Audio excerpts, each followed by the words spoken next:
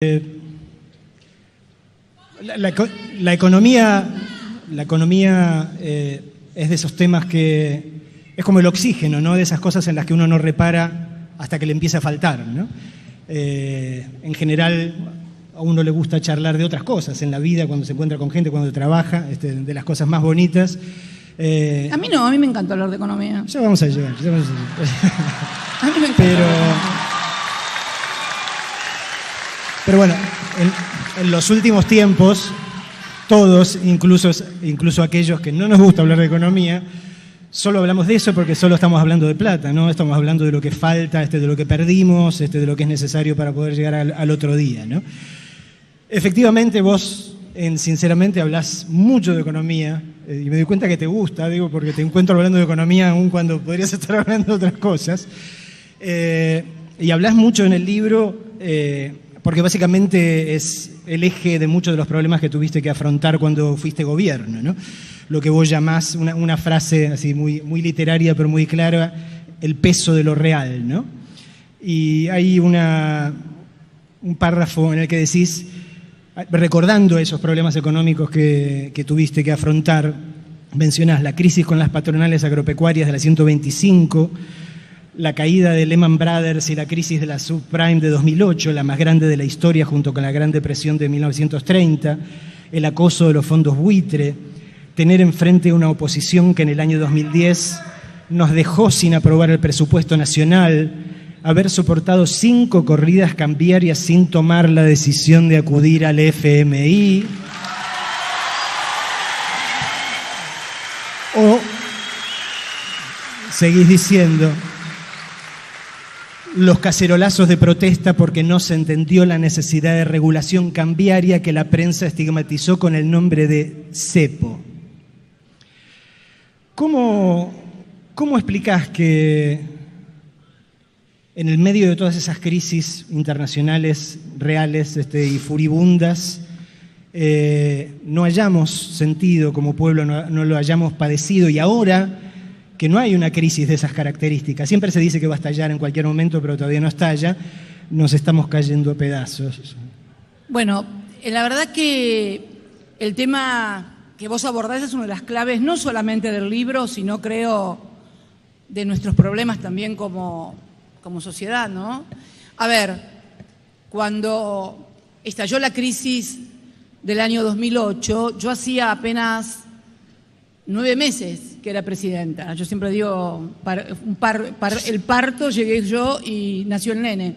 Pero lo cierto es que en el año 2008, la crisis de la subprime, de la caída de Lehman Brothers en Estados Unidos, bueno, fue una crisis que, eso no lo discute nadie, ni acá en la Argentina ni en ninguna parte del mundo, fue la crisis económica más importante después de la Gran Depresión del año 30. Y me acuerdo que nos agarró, yo había, unos días antes de que sucediera lo de Lehman Brothers, había hecho un acto en el Salón Blanco de la Casa de Gobierno anunciando que íbamos a abordar la negociación por la deuda con el Club de París, que también era una muy vieja deuda que venía del año 1957, 58.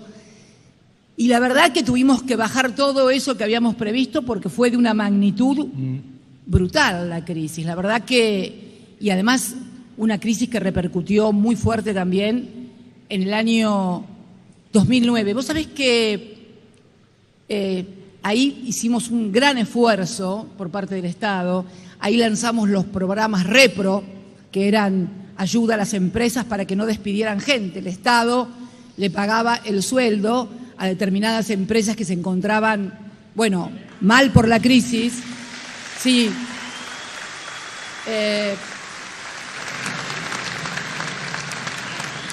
Lanzamos líneas de crédito muy importantes para que la gente... Lo habíamos charlado mucho con Lula también, porque el problema era que... Sí. Lula libre. Lula libre.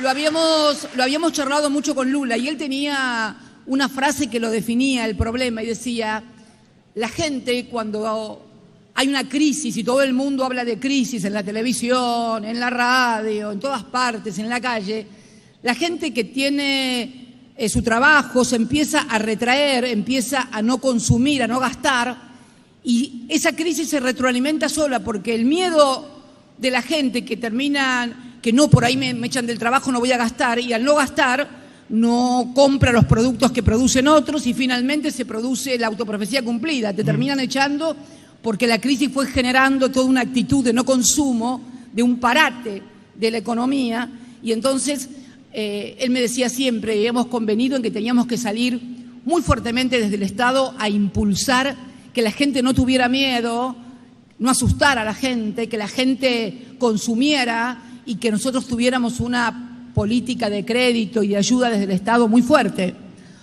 Y la verdad que la crisis del 2008, que en otros lugares hizo estragos, gente que perdía sus casas en Estados Unidos, se ejecutaron millones de hipotecas de gente que no podía pagar, que quedaba, hay películas armadas documentales con esto. En la Argentina, la crisis, en lo que es la micro de la gente, no se sintió. Entonces que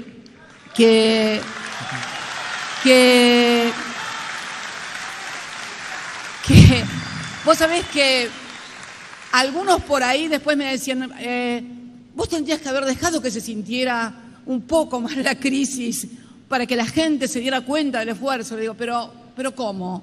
La tarea de un gobernante no es hacer sufrir a la gente, al contrario, la tarea de un gobernante es otra cosa.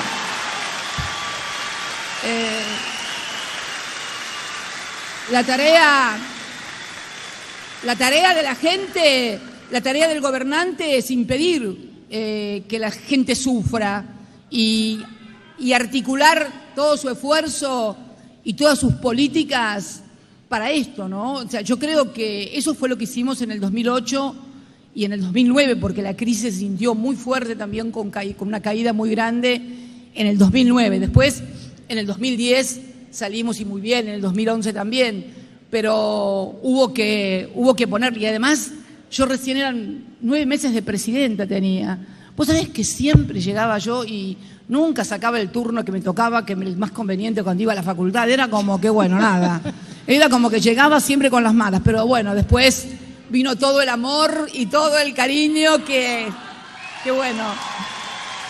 Pero lo cierto es que sí, aquella crisis, bueno, sí, claro, tuvimos 5 corridas cambiarias. La última corrida cambiaria que tuvimos fue en el 2015, en las elecciones. En el 2011 también tuvimos una muy grande en las elecciones.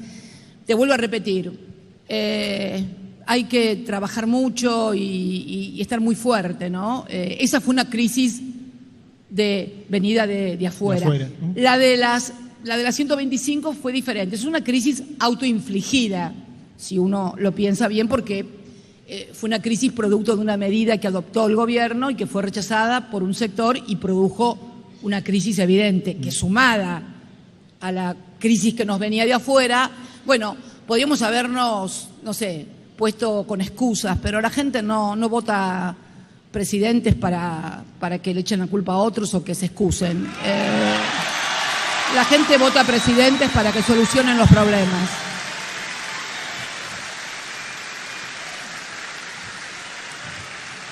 Me causa gracia porque, digamos, en lo que es parte del saber popular, Néstor es como el que entendía de economía, el que tenía todo claro, que tenía libretita, anotaba las cosas, pero vos tenés un olfato para estas cuestiones de las crisis.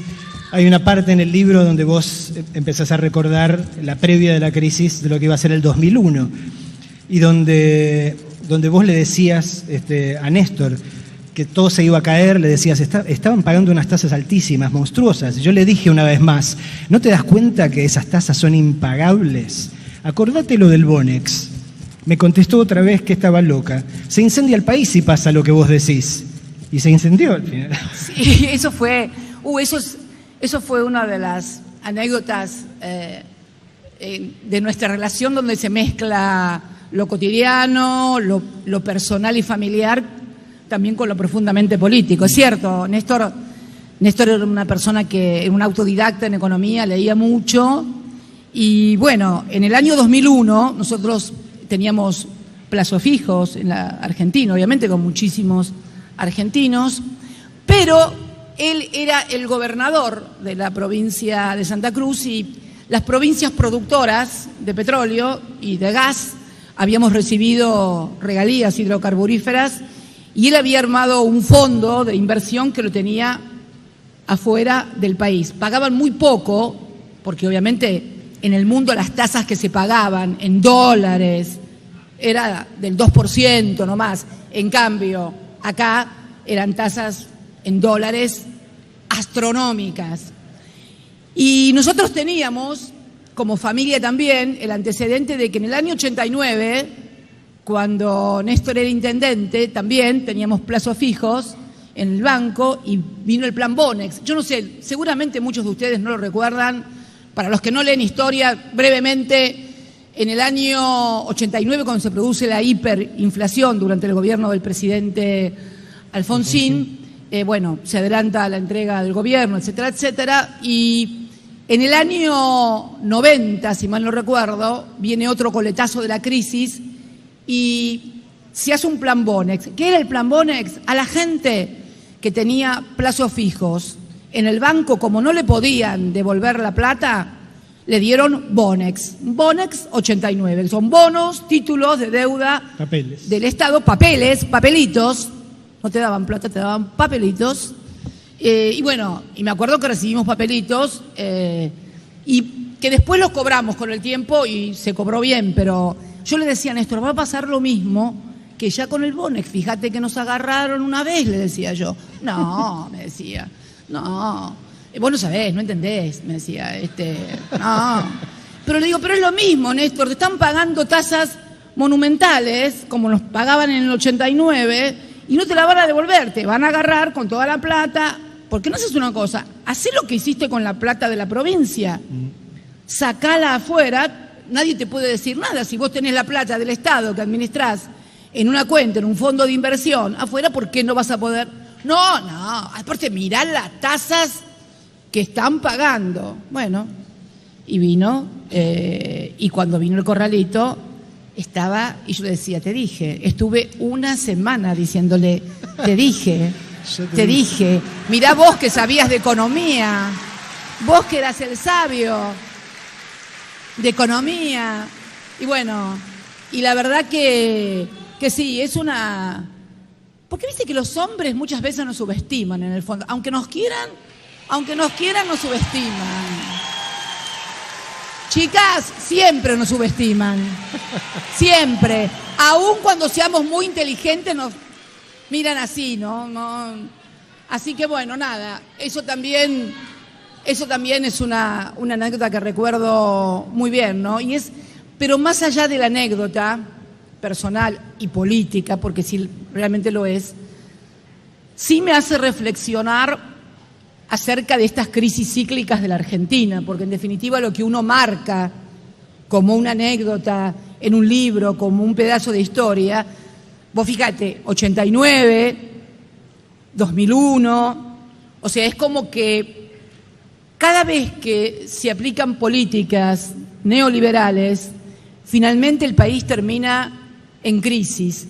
Y me parece que esto es lo que tiene que discutir en esta etapa que se avecina la Argentina. Tenemos que ponernos de acuerdo realmente para poder abordar a partir de la experiencia histórica, porque la verdad que me pone muy mal que cada 10, 15 años la Argentina repita crisis cíclicas, ¿no? Y entonces me parece que en esta oportunidad es diferente. ¿Por qué digo yo que es diferente? Porque en realidad, en el año 89, el gobierno del presidente Alfonsín no tuvo mucho éxito en sus políticas económicas. La verdad es que, más allá de que lo hayan intentado, hubo un intento por parte de quien fuera su primer ministro de Economía, Bernardo Grispo, un gran dirigente, él y el doctor Concepción en el Banco Central. Hubo un intento,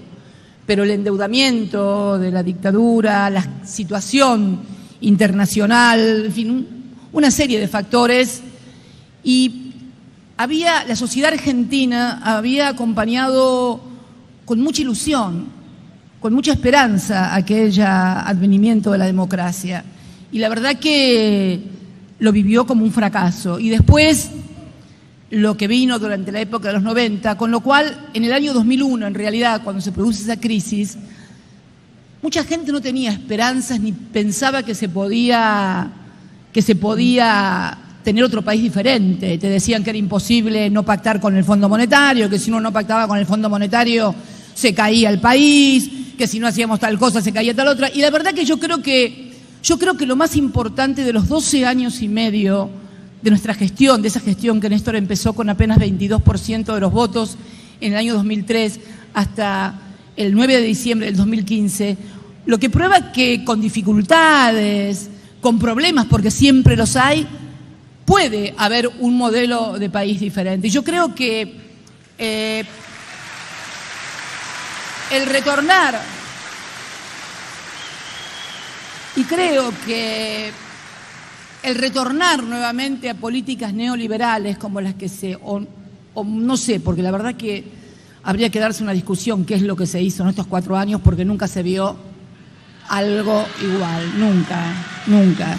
Mirá, yo hago cuentas simples, hago cuentas de almacenero. Digo, Néstor le pagó al Fondo Monetario Internacional en el año 2005, después de 47 años.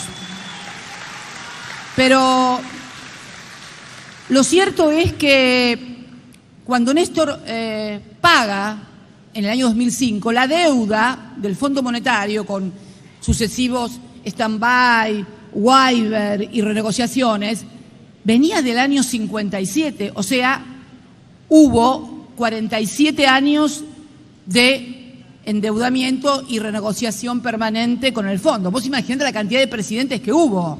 A ver, desde Aramburu, pasando por Frondizi, Guido, los militares, Silvia, Onganía, Lanusse, Perón, Cámpora, después todos los militares, después Alfonsín, después Menem, después de la Alianza, después eso, y así, y sumando a todos esos, debíamos en el Fondo Monetario Internacional 10.000 millones, eran 9.000 millones y pico, 10.000 millones, ponele. Y resulta que ahora, en 3 años y medio, uno solo nos endeudó con el fondo por 57.000 millones de dólares. Es como mucho. Es como mucho y es esto lo que creo que debiéramos ver y rever también, y fundamentalmente preguntar dónde están, qué se hizo, cómo fue, porque me parece que es necesario, porque nadie duda de que evidentemente la plata entró y la deuda se pidió y la deuda se tomó. El tema es que dónde está y sobre todo quién la va a tener que pagar. Me parece que esta es la discusión de quién la va a tener que pagar, ¿no? Me parece que eso es. Pero bueno.